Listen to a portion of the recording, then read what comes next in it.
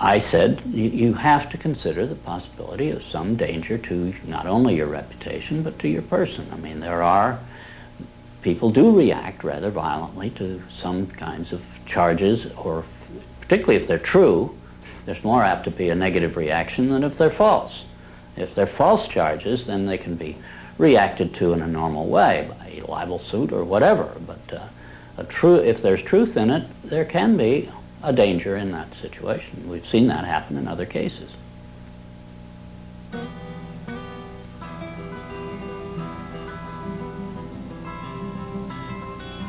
John arranges to meet Troy Bonner, the young man he sees as the key to the cover-up. He's in great danger. The reason is he carries the secret, so to speak. He served his purpose for the FBI and others by committing the lies that put the seal on the cover-up. He knows that Troy's evidence will be crucial to Alicia Owen's case, and Troy wants to tell the truth, despite very real fears. My fears are that, I'm not going to be believed again. It's just, going to be a whole other kind of exploitation like it was last time. And afraid that that's going to happen, or, I might end up dead, or a loved one might end up dead. Troy has an overriding reason for putting the record straight. Maybe somebody has a better idea. I want this to go forward and have something done so that all those other kids who a lot worse things have happened to can come forward and see that action can be taken. You have to, if you want to protect yourself and your life and your family's life, both now and particularly in the future, is to use the institutions of government that have been set up to protect you and make them work. That means you go into federal court, you go after the people that have done this cover-up, and you expose it so there's no longer any percentage on their part in eliminating you because the secret's out. Yeah, that's why we're here today, to let it out. John's advice to Troy to tell the truth in court puts him at risk of prosecution by the county attorney's office. Potentially, they could decide to charge him with perjury, because now he is telling that they forced me to lie. I did lie at Alicia's trial. I did lie before the grand jury. I did it because the authorities were forcing me to do it, and I was scared for my family. Potentially, they could charge him with perjury this time. Troy's appearance in court will keep Alicia Owen out of prison. She's on bail while DeCamp appeals against her perjury conviction. As her hearing approaches, vital new evidence emerges. Alicia claims that some of Troy's videotaped testimony was withheld from the grand jury which indicted her. The tapes that were shown to the grand jury had been edited. Everything that matched Troy's statement Was shown. that matched mine 'Cause I know it's was raised. edited out.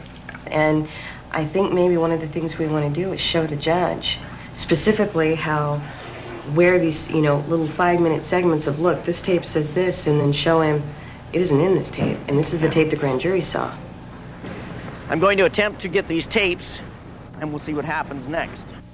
But to obtain the tapes, DeCamp must approach some of the very officials he has accused in court of being involved in the cover-up, the county attorney's office which ran the grand jury.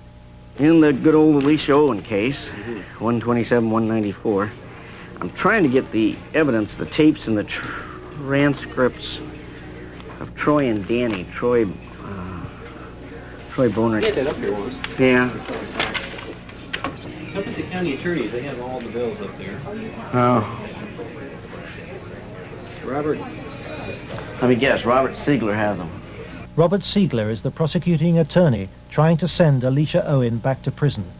After lengthy negotiations, DeCamp emerges with the tapes the grand jury never saw. I went with like $4,000. I got $4,000 of cocaine. Okay, and what airline? I flew out of In more than 2 hours of taped testimony, Troy details trips across America on behalf of Larry King and Alan Baer. Trips for drug deals and sex. It corroborates Alicia's evidence. Fort Worth, like an hour, and then a big plane from Dallas to Los Angeles. Did anybody go with you? Alicia Owen. For John DeCamp, This is the proof of the king's sex ring for which he has been waiting.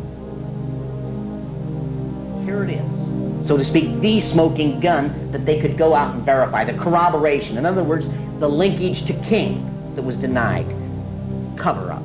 Organized, planned, deliberate cover-up. The courthouse, Wahoo, Nebraska. The hearing begins.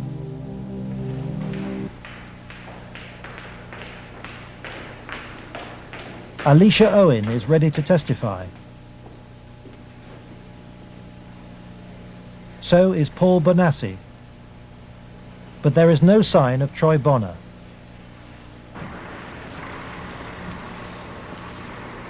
DeCamp discovers that Robert Siegler has sent the young man a subpoena. Fearing arrest for perjury, Troy has gone into hiding. DeCamp is without his most vital witness. Just try and subpoena more Douglas County stuff. Is Troy okay? In court, Alicia's case is adjourned. The county attorney's office begins to search for Troy Bonner, but County Attorney Siegler won't say why. I'd like to ask you whether you're about to charge Troy Bonner with perjury. Oh, no. Every victim witness who stepped forward in any way, or even was a potential witness that somebody heard about, has either been killed, put in jail under some theory or other, terrified or run out of the state, discredited. Every perpetrator, even the convicted ones, have been treated as conquering heroes. Peter Citron lives in the same house where he abused many of his young victims. Alan Bear lives in the most exclusive part of Omaha. He recently bought a downtown shopping mall. Many of the other abusers named by the children have risen within Nebraska's state government and legal system and within the Republican Party.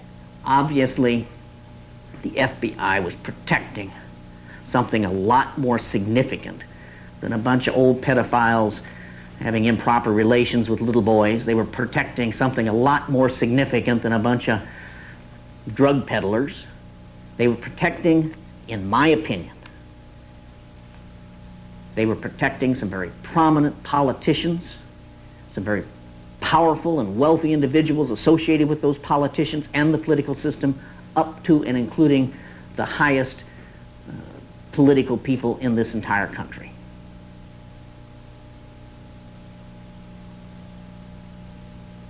In search of the men who protected Larry King, John DeCamp goes to Washington to investigate King's connections in the Republican Party and on Capitol Hill. Paul Bonassi provides him with the evidence that Larry King threw child sex parties here at his rented $5,000 a month Washington house. I was about 14, about 1981. At first it was about 3 or 4 times the first year. After that it was about once a month. Some of the parties, when they started off, were straight political type parties with no sex. And then when some of the men had left, some of the politicians had left, the ones that had planned on engaging in some type of sexual activity, that would come after the party. Some of the kids would be held downstairs in some of the rooms where if they acted up or if they started freaking out because of the drugs that they were on, they'd put them in a room that they couldn't get out of, and they would lock them in. What kind of drugs? Anything you wanted, cocaine, heroin, speedballs. You're telling me those speed. things were at these parties where you had Larry King and prominent politicians? Yes. Were they readily available to anybody at the party? At the after parties, they were readily available for anybody. Beforehand, they did it more upstairs than they did anywhere else, and it was kind of in the back rooms. Were any attempts ever made that you know of to expose this situation? As far as I know, nothing's ever been done, and most of the people that were in there had already been, I guess you could say, compromised. King's partner was Washington lobbyist Craig Spence. Spence took youngsters, including Bonassi, on private midnight tours of the White House. So you were in the White House then? Yes. And how did you gain access? Well, I came down with Larry King, but Craig Spence was the one that arranged the trip for us. And it was kind of a gift for our services that we were doing. How many times were you on this kind of a trip? I came to it on 2 times. 2 times. And were you used for sex on those occasions? Not until after we left. After you left the White House? Yes. What time of night? It was usually around midnight.